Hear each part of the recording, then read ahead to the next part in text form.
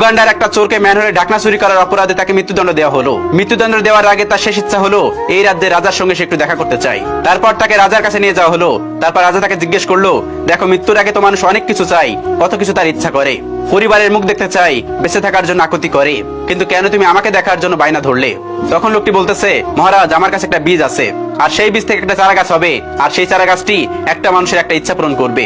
আর আমি মনে করলাম এই চারা গাছটির একমাত্র যোগ্য ব্যক্তি এই রাজ্যে আপনি। তারপর রাজা খুশি হয়ে গেল। রাজা বলল, ঠিক আছে, ওই বীজটি আমাকে দাও।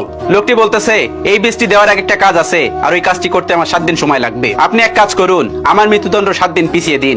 তারপর রাজামশাই 7 দিন পিছিয়ে দিল। 7 দিন পেছানোর পর সেই চোরটিকে আবার হাজির করা হলো। রাজামশাই বলতেছে, তোমার কি খবর? তোমার বীজের সম্পূর্ণ কাজ কি সম্পন্ন হয়েছে? তখন চোরটি বলল, হ্যাঁ মহারাজ, সব কাজ সম্পন্ন হয়েছে, শুধুমাত্র রোপণ করা বাকি। তারপর রাজামশাই বলল, তাহলে রোপণ করনি কেন? তারপর চোরটি বলতেছে, এটি রোপণ করতে গেলে একটা সমস্যা আছে। এটি তারই রোপণ করতে হবে যে জীবনে একটা টাকা চুরি করেনি। যদি কোনো চোর এটি রোপণ করে তাহলে এটি কাজ করবে না।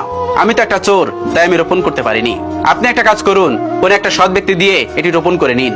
তারপর রাজা অর্থমন্ত্রীকে বলল, তুমি এটি রোপণ করো।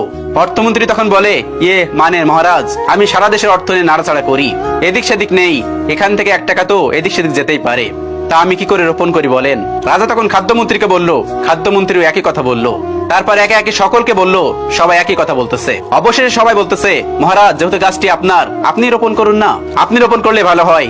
রাজা তখন বলতেছে, মানে তোমরা ছোট ছোট দায়িত্ব নিয়ে তোমরা রোপণ করতে পারলে না, আর আমি এত বড় একটা দায়িত্ব নিয়ে থাকি, আমি কি করে রোপণ করি বলো? আমারও তো 1 টাকা এদিক থেকে সেদিক হতে পারে। তখন চোর বলতেছে, মহারাজ, তাহলে তো সবাই চোর, তাহলে কেন সামান্য একটা ম্যানহোলের ঢাকনা চুরির অপরাধে আমাকে মরতে হবে? তারপর রাজা কিছুক্ষণ ভেবে বলতেছে, যা, তোকে মুক্তি দিয়ে দিলাম।